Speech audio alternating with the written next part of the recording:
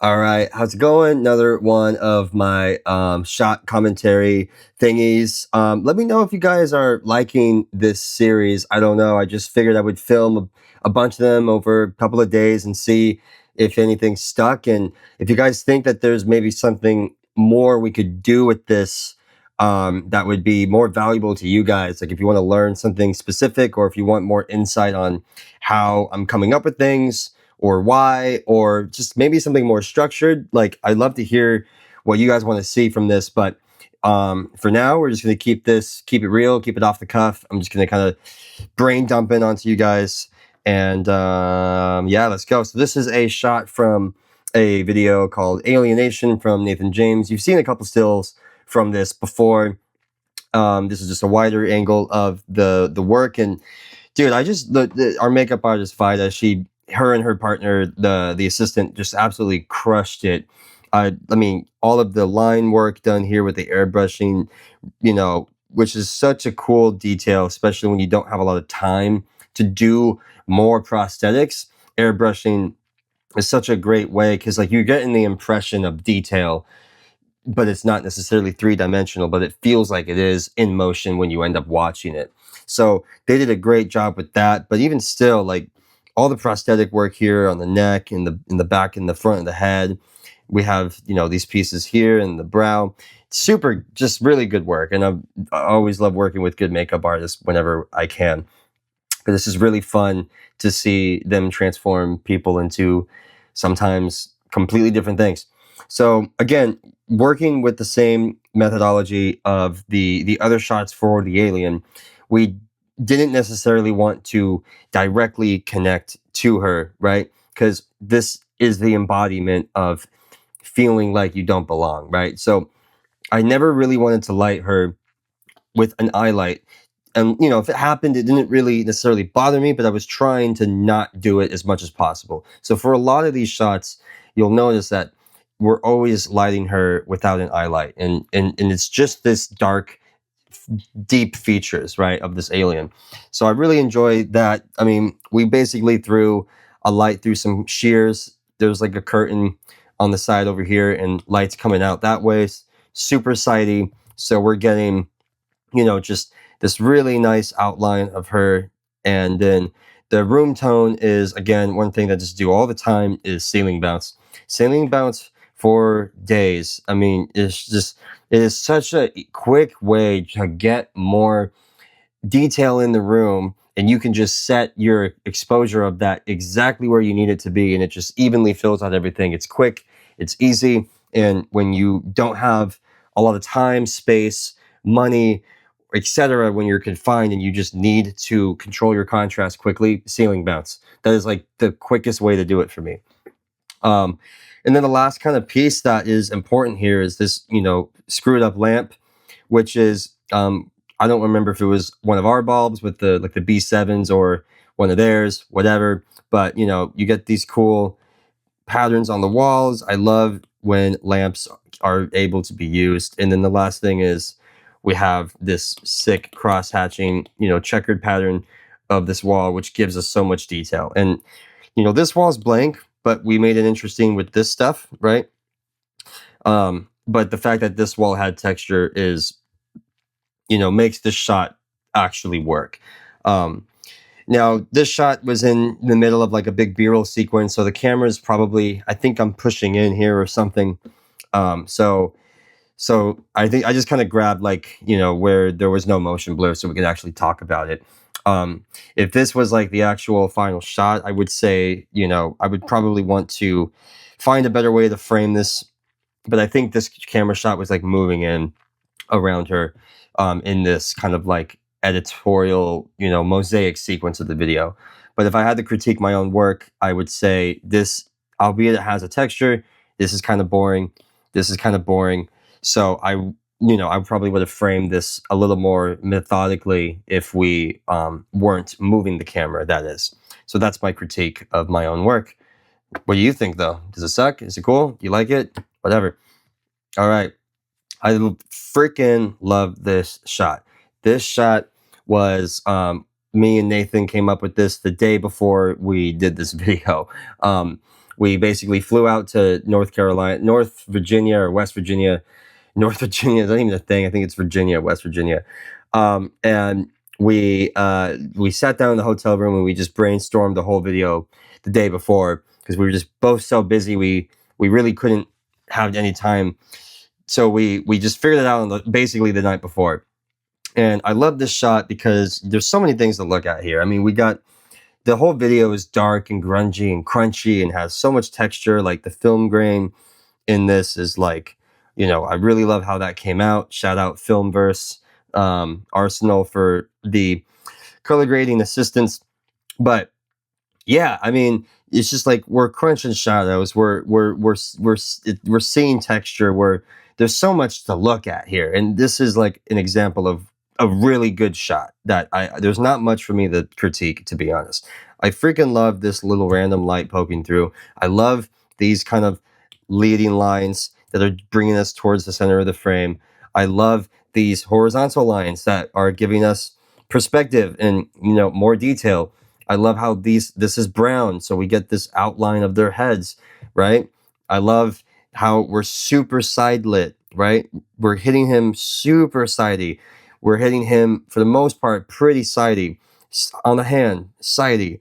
Everything is just completely from the side. I remember there was a window that I basically had the guys put up a light through the window, and then right before the window, we put some diffusion at that window. So the window would be frosted, and that's the light that's hitting our talent here. Now, the last thing that we did do, and if we didn't do this, we wouldn't really have seen anything. So, and we want it to be somewhat flattering, right? Even though it's male talent and we're doing the grunge, we're doing that stuff, we still want it to look nice on people, right? So we got a little, I don't remember what the unit was, but we took a softer light, and you can tell because there's a little square here. I think it might have been like a 1x1 or a 1x2, like light matte type thing. And we basically just had that off to the side right over here. And that's what's giving the majority of the level on his face. And that's what's giving us our eye light here. And then just a little bit of fill on his face, just to help with the darker skin tone. But in the end, you're getting this POV of like this guy with his hands that are like all bloody. He has this freaking wrench, and it's just like, what the hell is going on? This is the first shot of the video, and I love it. It's really cool. All right, moving on to a kind of one of the last shots of a different video, which was for Dayburn. And it's just the sheer amount of people that are in this shot, I think make this look cool. So it would have been hard to mess this up in the first place. But yeah, we put Titan tubes in a lot of these lights, not all of them because we didn't have the money and to get enough Titan tubes to put it in every single fixture. If we did, I probably would have, just so I could have evened out a little bit of the gaps here and maybe controlled my contrast a little bit better. But nonetheless, still really like how the shot turned out. I love the backlight happening over here. I love how we have enough level on our main subject here to like give you a focal point, but you don't even really need to know the rest of the details for it to work because we have this face to look at.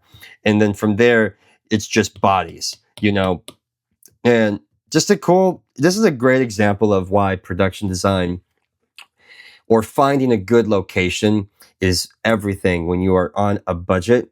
Like, we didn't do a single thing to production design here. This location looked like this already. It already had all the random doors. It already had the open, broken ceiling. It already had this bluish carpet, that was ripped up underneath. It already had all of these things that gave it character and gave it life. And we just had to come in basically and light it nice.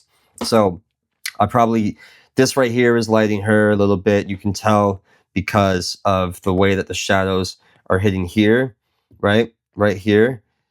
But I also do have some light coming from the side, like on my I think I had a couple 6x6 that we were pushing light through as well. And you can tell that because we have shadows going this way. And to combat the large distance that the light had to travel, um, obviously she's being lit a lot by this, right? This was a last minute addition. I remember I threw it in right before we went because I just needed something to get her.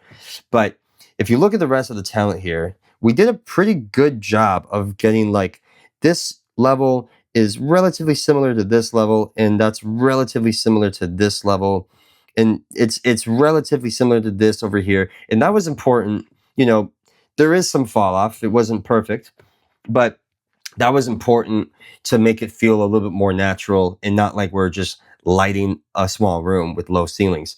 And how did we do that? We used something called an LCD, which is basically a big honeycomb grid.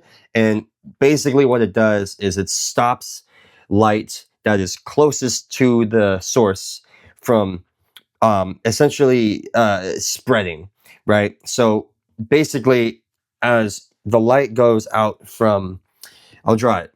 As the light, let's say the light's here, right? As the light is going outwards, it's going to go out like this, right?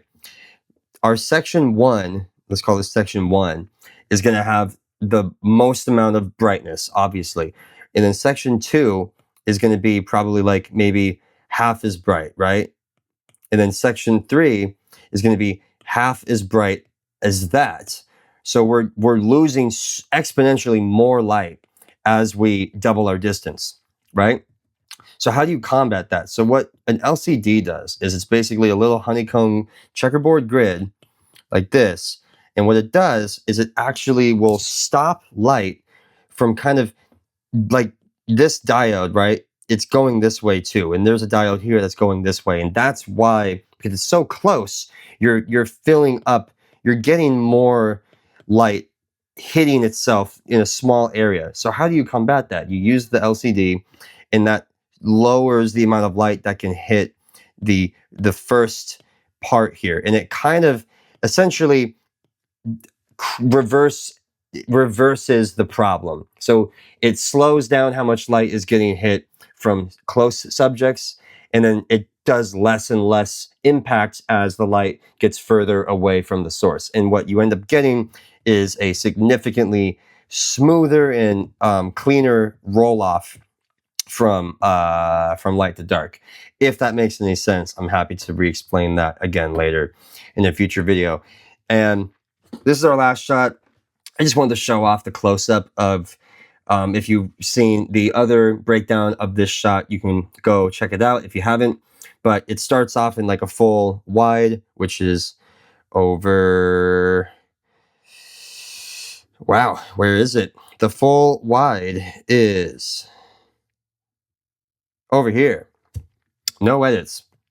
And then it pushes in to this close-up, which I really like. So if you want to know more about the specific lighting setup that we did, go ahead and go take a look. But I like this because I like how smooth the skin tones are. You know, I really wanted to make that flattering for her, as any DP does with any subject, right? But I love the backlight on the hair here. I love the, you know, kind of the leading lines that's going down here, and just the overall color palette and everything. And yeah, I just really like the shot and wanted to show it off one more time because I think the performance is cool, and where it kind of sits in the music video, I thought was fun. So yeah, this is like one of my favorite shots of recent shoots. That's all I got for you this time, and I will see you next time.